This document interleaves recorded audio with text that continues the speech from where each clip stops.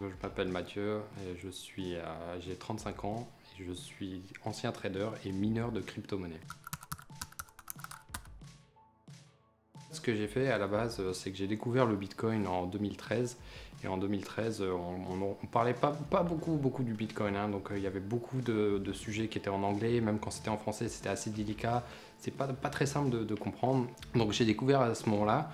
Et le Bitcoin venait de faire un pump de 10 euros ou 10 dollars à 50 dollars. Et j'étais, ah mince, bon, j'aurais bien mis un peu d'argent, mais je sais pas. Donc bon, j'ai commencé quand même à me renseigner, j'ai lu beaucoup de choses, mais c'était vraiment compliqué, même les vidéos, enfin c'était très compliqué en 2013. Et donc je me suis dit, ok, c'est pas pour moi, ça ressemble trop à un truc où ça monte, enfin voilà, c'était pas clair, c'était vraiment pas clair et je pense que c'était pas clair pour beaucoup de monde. Il fallait vraiment être dans le milieu pour bien comprendre ce qui se passait. Donc en fait j'ai laissé tomber et je me suis mis, j'ai mis ça en pause pendant plusieurs mois, plusieurs années même. Et en fait en 2017, je me suis dit quand même, j'ai vu la première poussée de 50 dollars vers 1000, ensuite de 1000 c'est retombé, ensuite c'est reparti. Je me suis dit mais quand même, moi je suis trader à la base, enfin, j'ai été trader professionnel pendant longtemps, donc je me suis dit mais il faut que je m'intéresse à ça, c'est pas possible. Et donc je me suis mis à découvrir à nouveau le Bitcoin en 2017. Et à partir de là, je me suis dit, ok, ça c'est super, ça a l'air vraiment génial. Maintenant, je comprends beaucoup mieux comment ça se passe, donc je vais me mettre à m'y intéresser encore plus. Éthique, juste et rentable.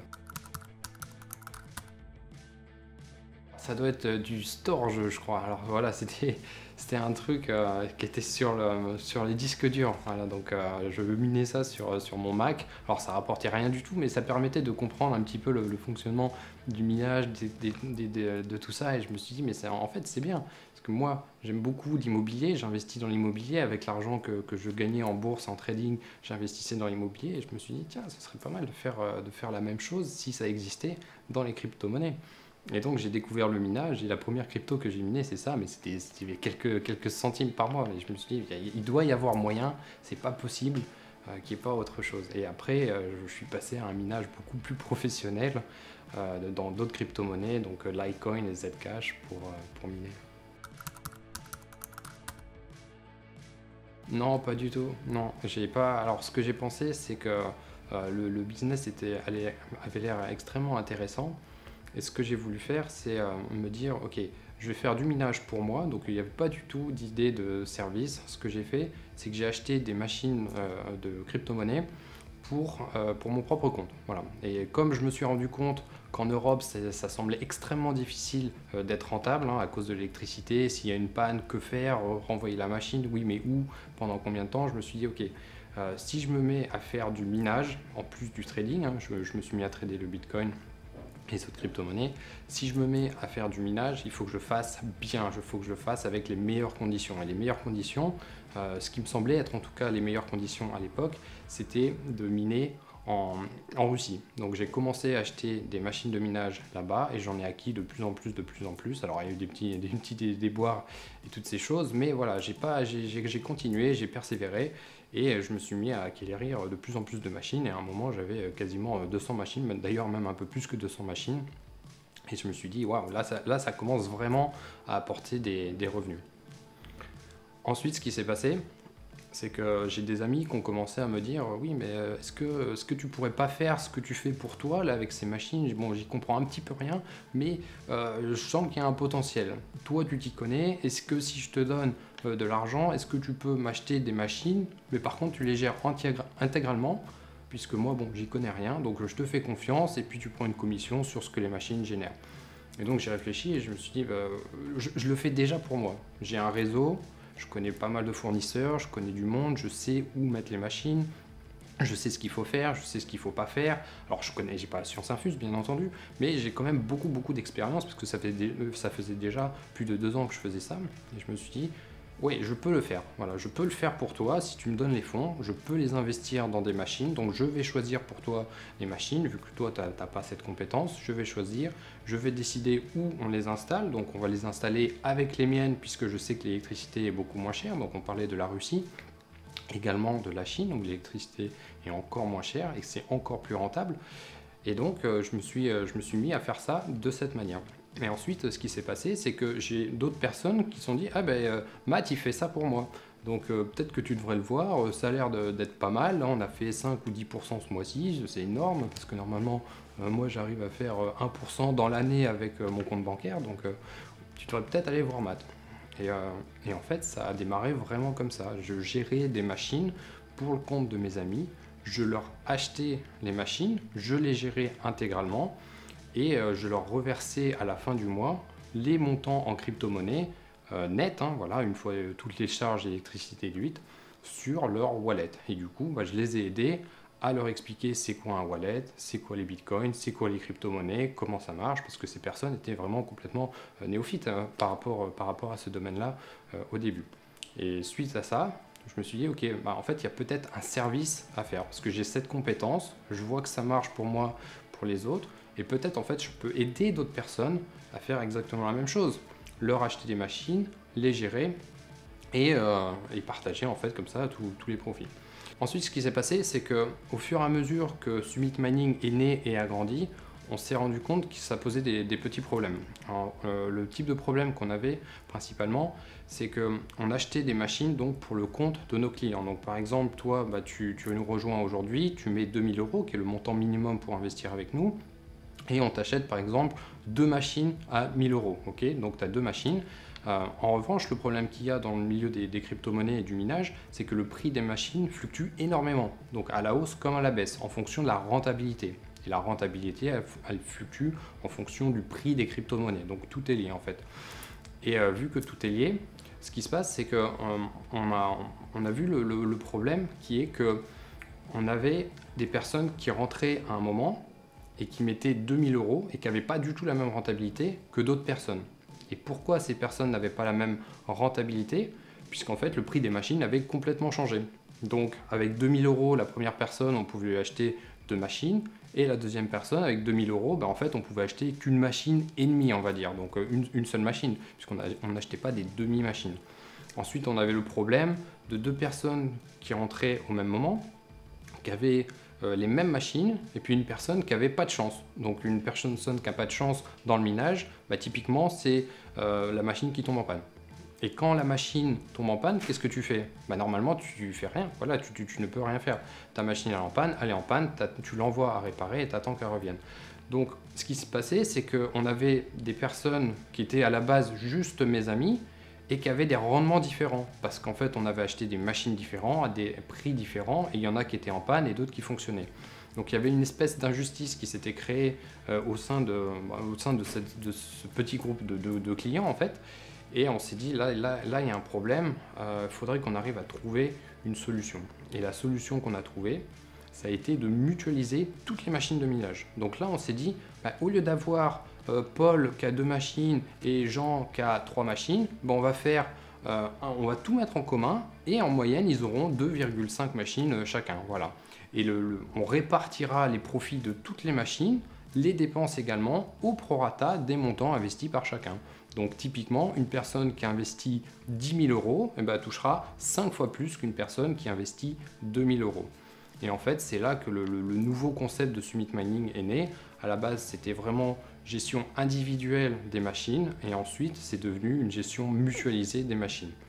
Donc, quand il y a une machine qui tombe en panne, finalement, c'est pas grave, parce que si on reprend ce petit exemple, on a 2 personnes qui ont en moyenne 5 machines en tout, enfin 2 machines et demie. Donc, s'il y en a une qui tombe en panne, c'est pas très grave, puisqu'il en reste 4 pour tourner. Et vu qu'on a grandi comme ça le parc de minage, on a eu de plus en plus de machines, et donc ça a permis de réduire considérablement les risques. De la même manière, on n'a pas mis toutes les machines au même endroit, puisque s'il y a une panne de courant à un endroit, qu'est-ce qui se passe?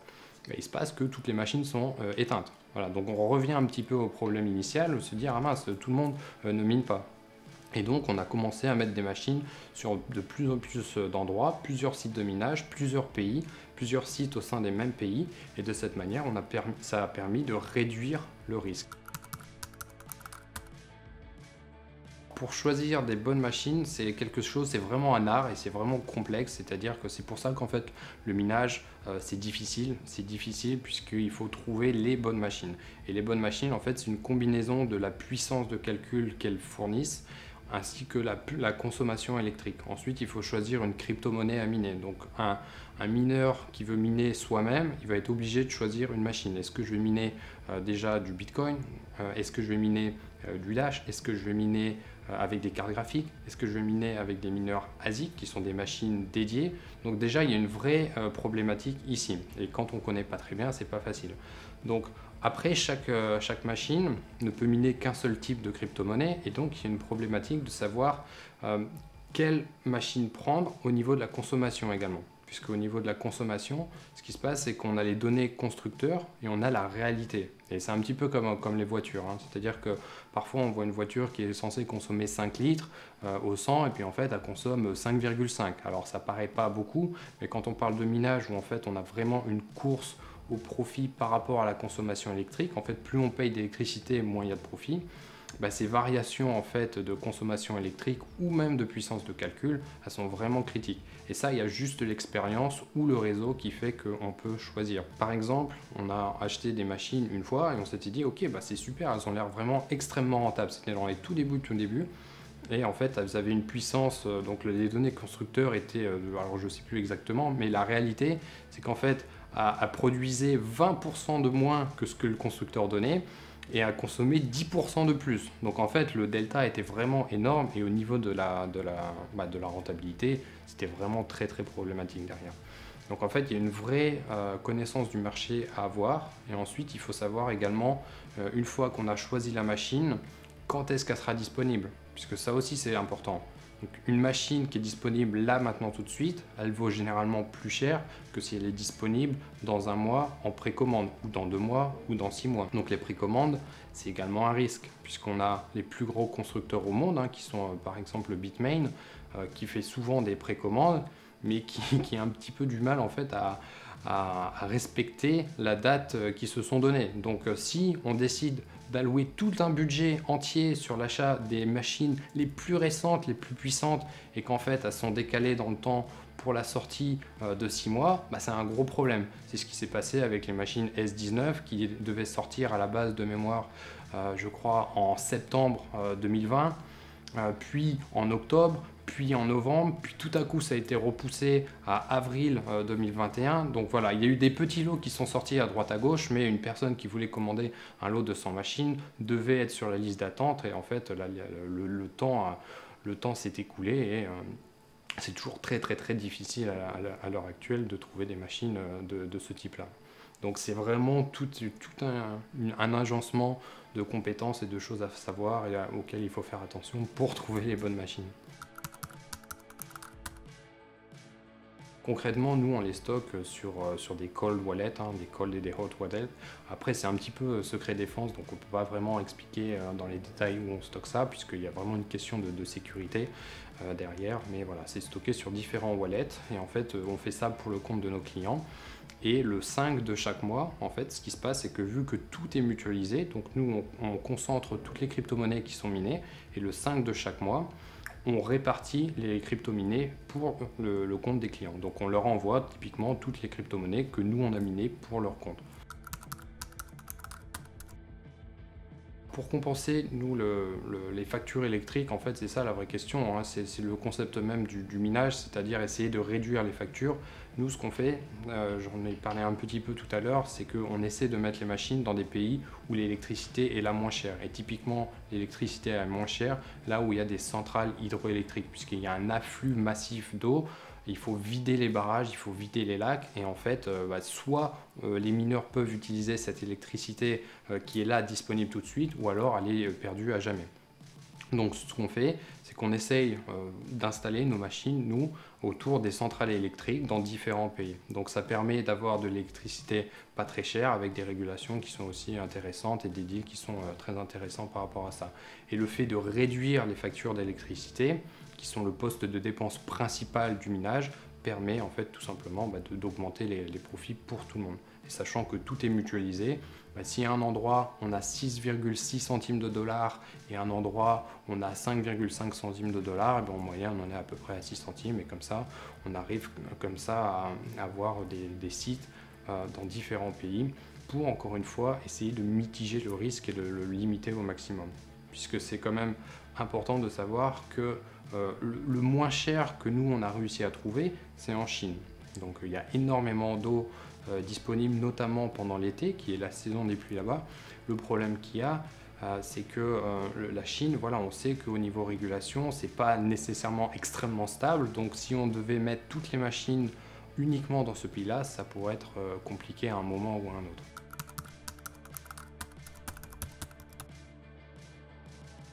Nous, on passe des commandes une seule fois par mois, comme ça permet de collecter suffisamment de fonds et de dire ok aux fournisseurs, après à tous nos réseaux, ok, on a tel montant qu'on peut investir dans des machines.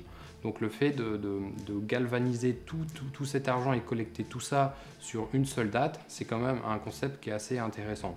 Le truc, c'est que si on passait plusieurs commandes, ça poserait vraiment des problèmes. On passe plusieurs commandes, hein, ça, il n'y a pas de problème. On ne met pas tout l'argent avec une seule société, avec un seul fournisseur à chaque fois. Mais on sait qu'au milieu du mois, la date butoir, nous, pour nous rejoindre, c'est le milieu de chaque mois, tous les mois.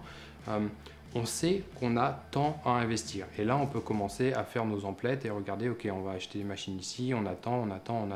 Et si en fait on avait plusieurs dates au cours du mois pendant lesquelles on pouvait investir, ça poserait des gros problèmes en termes de logistique et en termes de pouvoir de négociation. Parce que finalement, quand on arrive à négocier en dépensant 1 million de dollars par exemple dans des machines, quand on arrive à négocier 5%, et ces 5%, ça nous permet d'acheter 5% de machines en plus. Et comme tout est mutualisé, ces 5% de machines en plus reviennent directement au client qui donc a un bénéfice à la fin du mois supérieur. Donc le fait d'acheter des machines une seule fois par mois, c'est une stratégie qui est assez bonne, même excellente. C'est-à-dire que nous, on a essayé de voir plusieurs choses, d'anticiper ce qui pourrait se passer si on faisait plusieurs commandes. Et en fait, c'est pas une très très bonne idée.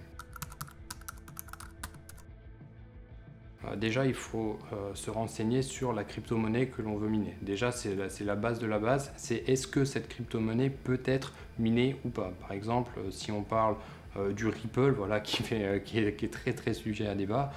Si une personne qui se dit tiens, moi j'ai envie de miner du Ripple, concrètement, ce n'est pas possible. Voilà, il n'y a pas de machines qui vont miner du Ripple. Ensuite, il faut donc voir si la crypto-monnaie peut être minée avec des machines physiques. Est-ce que les machines existent bien? Voilà, parce que si on ne peut pas miner avec des machines, il va falloir miner avec des cartes graphiques. Peut-être que ce ne sera pas aussi rentable, donc il faut voir. Ensuite, il faut voir la disponibilité de ces machines. Nous, on a le problème en ce moment avec les machines à Dash, c'est-à-dire qu'on avait acheté beaucoup de machines à Dash, et là maintenant, il n'y en a plus sur le marché. Donc s'il n'y en a plus sur le marché, ça pose un problème pour en acheter davantage, évidemment, puisqu'il n'y en a pas. Et donc à partir de là, s'il y a une nouvelle personne si on ne minait pas de Dash par exemple, on va dire ok, Summit Mining ne mine pas de Dash, et oh, tiens, le Dash ça a l'air quand même hyper intéressant, il y a un beau potentiel, j'aime bien la crypto-monnaie, commençons à miner du Dash. S'il n'y a pas de machine, le problème c'est qu'on ne pourra pas en miner. Et vu que nous, je pense qu'on l'a bien compris, tout est partagé, si c'est pour acheter 10 machines à partager avec l'ensemble de nos clients, il n'y a aussi pas du tout d'intérêt. Il y a une crypto qu'on voulait miner qui s'appelle de mémoire le Trelor, et on avait trouvé 42 machines pour miner ça. Et le problème de 42 machines, si on doit partager avec tout le monde, c'est que c'est vraiment pas suffisant. Bon, moi j'aime bien les mineurs à Zcash, hein. J'ai vraiment commencé à acheter les vraies premières cryptos, à faire du vrai minage avec du Zcash parce que c'était la crypto la plus rentable. Après le Zcash c'est une crypto qui est décriée, hein. Mais c'est une machine que j'aime bien, voilà, les Z11, mais le problème c'est que le miner seul, on revient à tout ce qui est problème de minage, c'est-à-dire que si vous dites ok, je vais écouter Matt, je vais acheter une machine à Zcash, à un Z11, le problème c'est que à quel prix vous allez l'avoir, combien de temps il va mettre à arriver chez vous, qu'est-ce que vous allez en faire s'il arrive et qu'il ne marche pas. Donc en fait, Acheter une seule machine, ou même deux ou trois, ça me paraît pas une opération très rentable. Enfin, en tout cas, ça me paraît un petit peu suicidaire. Donc, moi, j'aime beaucoup miner le Zcash. C'est une crypto que je trouve assez intéressante. Le Litecoin également. Mais les machines sont très difficiles à trouver, par exemple, les machines de Litecoin. Donc voilà, compliqué de dire quelle est la meilleure machine, ça va dépendre à un moment ou à un autre du prix de la crypto-monnaie, puisque si le prix de la crypto-monnaie vient de faire x2, x3, x5, dans ce cas-là, il y a une machine qui devient beaucoup plus rentable que toutes les autres sur le marché, et donc le prix de cette machine explose, puisque tout le monde la veut, puisqu'elle est beaucoup plus rentable pour miner. Donc c'est vraiment une question qui est très difficile, même si aujourd'hui on voit les nouveaux mineurs à Bitcoin dont je parlais tout à l'heure, les S19, si vous en achetez un, le problème c'est que c'est extrêmement cher. Et vu que c'est extrêmement cher, si vous vous plantez sur la machine ou qu'elle ne fonctionne pas, on parle de machines autour de 10 000 euros, ça pose des problèmes tout de suite. Alors, on a des machines qui sont encore plus chères. Voilà, il y a des machines qui minent actuellement de l'Ethereum qui sont autour de 30 000 $. 30 000 $ la machine. Donc en termes de puissance pure, on va dire cette machine elle est vraiment extraordinaire, elle délivre une puissance incroyable. Mais par contre, si derrière elle arrive endommagée, puisque c'est vraiment la précision incroyable ce type de machine, c'est vraiment de la très haute technologie, du coup pas simple. Puis nous, on est vraiment spécialisé dans l'achat de machines de minage qu'on partage avec tout le monde. Donc, c'est vraiment quelque chose, un concept que nous, on a inventé. Il n'y a personne qui fait ça, en tout cas pour les machines de minage. Donc, à partir de là, sans pouvoir parler vraiment au nom de nos confrères Just Mining et Phil Mining, ils sont plus spécialisés de ce que je comprends dans des questions de finances décentralisées et masternode et staking. Nous, ce sont des services qu'on ne fait pas du tout. Donc en fait, ce qu'on fait, ça ressemble un petit peu à du cloud mining, c'est-à-dire que voilà, tout est centralisé, tout est mutualisé, mais la différence quand même fondamentale entre ce qu'on fait et le cloud mining, c'est que là, les clients sont propriétaires des machines. Il ne faut pas oublier ça. Donc, les clients sont propriétaires des machines et ils n'ont pas un contrat qui expire après 3 mois, 6 mois ou 9 mois où ils se retrouvent « Ah mince, je ne peux plus miner ». Puisque en étant propriétaire des machines, si les machines sont toujours là en bon état et qu'elles continuent de fonctionner, il n'y a aucune raison que les clients arrêtent de miner. En termes de chiffres, nous déjà, ce qui est important de savoir, c'est qu'on ne promet rien. Voilà, on fait vraiment de notre mieux. Nous, on se rémunère sur les montants nets minés par les clients, c'est-à-dire une fois toutes les charges déduites après avoir miné. Donc nous, la première chose à comprendre, c'est qu'on ne promet rien. Après, on parle de l'historique qu'on a eu. Donc l'historique, c'est-à-dire en 2019, on a fait 142% de rendement net, donc dans la poche du client, et en 2020, on a fait 44%. Là, on est début mars. On a fait pour le mois de janvier 2021, on a fait plus de 12% brut, donc ça fait 10% et demi net à peu près. Et au mois de février, on est sur le même rendement à 10% et demi net dans la poche du client. Et quand on parle de rendement net, on veut dire que toutes les crypto-monnaies qu'on a minées, qu'on a données aux clients, on estime qu'ils la vendent instantanément. Donc si la crypto fait x3 derrière, on ne prend pas ça en compte. On ne dit pas, en fait les 10% c'est devenu 30%.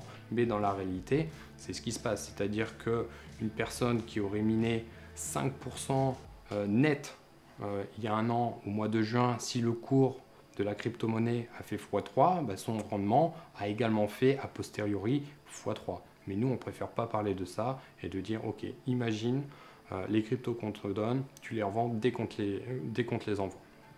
Et c'est comme ça en fait qu'on calcule, nous, les rendements. Je lui expliquerai que c'est comme s'il y avait des lots à gagner ou s'il y avait une tarte, par exemple, un gâteau, et qu'il y avait de plus en plus de monde pour essayer de manger le gâteau. Donc s'il n'y a qu'une seule personne, par exemple, on va prendre l'exemple initial en fait. Initial, il y avait Satoshi Nakamoto qui faisait du minage, c'est tout. Il n'y avait que lui, puisqu'il n'y avait que lui qui avait fait le concept. Donc Satoshi Nakamoto minait 100% des bitcoins. Et 100% des bitcoins, à l'époque, c'était 50 bitcoins toutes les 10 minutes, en moyenne, puisqu'en fait, les bitcoins sont créés en gros toutes les 10 minutes.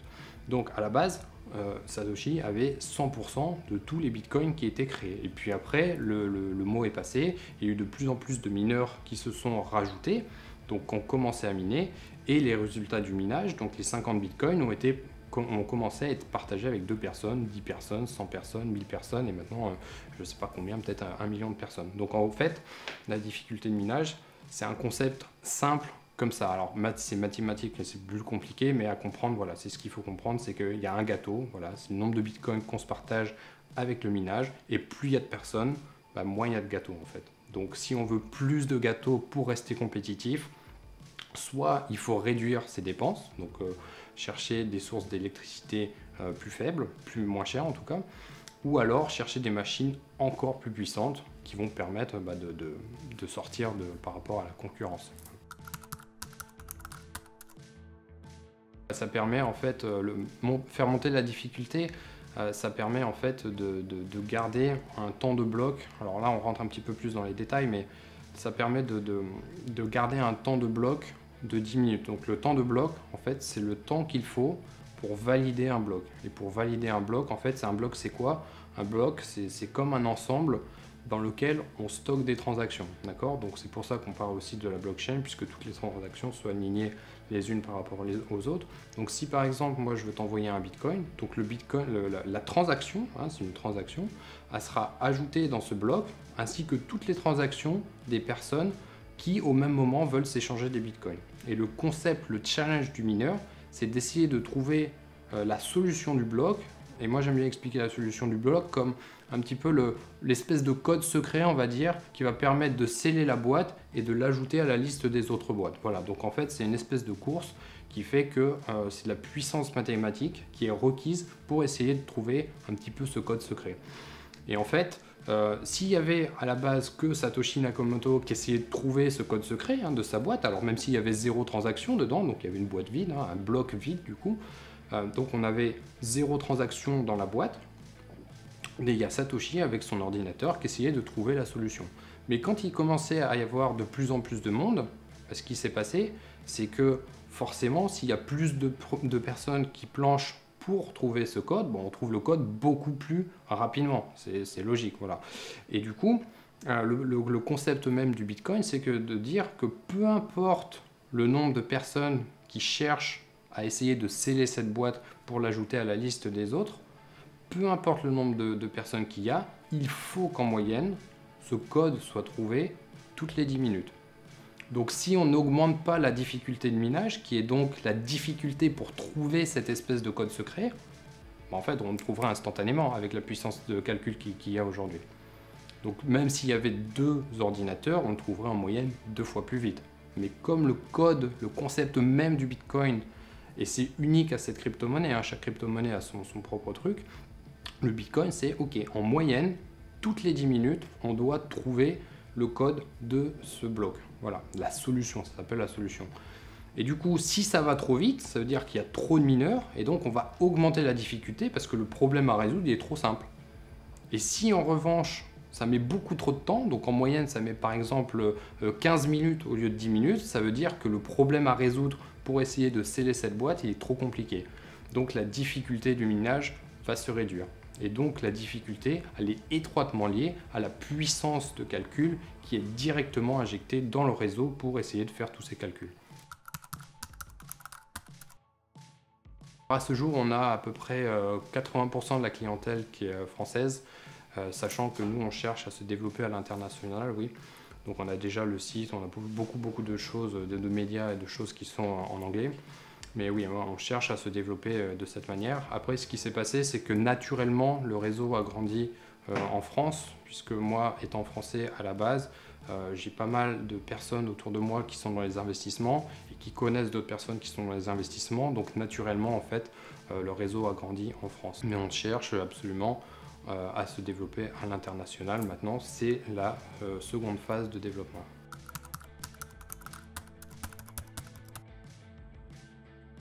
Alors pour les conférences pour le climat, c'est certain qu'à un moment ou à un autre, en fait, le sujet va être abordé, puisque c'est vrai que c'est un système qui est assez énergivore. Après, l'avantage quand même du mining, c'est que les mineurs, naturellement, vont là où l'électricité est la moins chère. C'est ça le cœur du business. Et l'électricité, elle est la moins chère, où ça? Avec les énergies vertes. C'est pas avec du charbon. D'ailleurs, c'est ce qu'on voit en Chine, hein. En ce moment, ils sont en train de bannir un petit peu tout ce qui est centrale à charbon, mais pas du tout l'hydroélectrique. Donc, il y a une grosse crainte sur ce sujet-là, mais c'est pas du tout le cas. La Chine cherche à bannir les énergies fossiles pour le minage, puisque ça pollue, émissions de carbone et compagnie. Mais au contraire, ça encourage à développer les énergies vertes. Donc le minage permet de faire vivre beaucoup de zones rurales, hein, notamment en Russie, en Chine. Mais ça reste principalement vert, ça reste de l'énergie verte à plus de 75%. C'est naturel en fait. Les gens ne vont pas aller dans des zones où ça coûte très très très cher de miner. Et le charbon coûte beaucoup plus cher que les autres énergies. Donc naturellement, les mineurs se concentrent autour de sources vertes. Mais voilà, le Bitcoin est en train de prendre vraiment de l'ampleur. Là, en fait, on a vu plusieurs phases. Et là, on arrive à la phase institutionnelle. Donc, c'est-à-dire qu'il va y avoir de plus en plus d'argent injecté dans le minage, dans les crypto-monnaies. Et donc, ça va forcément à un moment venir sur les conférences dans le climat comme sujet. Mais je pense qu'il va falloir d'abord réguler et bien comprendre ce qu'est le minage, ce qui n'est pas encore le cas, voilà, des gouvernements. Ils comprennent à peu près ce qu'il y a. Les enjeux, pas encore trop, ce qui est normal, hein, puisque c'est quand même quelque chose qui est assez nouveau. Même si les crypto-monnaies ont plus de 10 ans, ça fait pas très très très longtemps qu'on commence vraiment à en parler, que ça arrive dans les médias. Donc petit à petit, voilà, quand ça va être vraiment mainstream, à ce moment-là, je pense que ça va commencer à arriver sur la table, oui, des climats. Ouais. Ah, le proof of work et le proof of stake. Le truc du proof of stake, c'est qu'en fait, ça a l'air extraordinaire sur le papier, mais le truc, c'est que voilà, jusqu'à présent, on n'a pas prouvé que le proof of stake était mieux que le proof of work, puisque quand même, le proof of work, il y a quand même une question énorme par rapport à la sécurité. Pourquoi le Bitcoin est aussi sécurisé? Puisqu'il y a beaucoup de machines qui sécurisent le Bitcoin.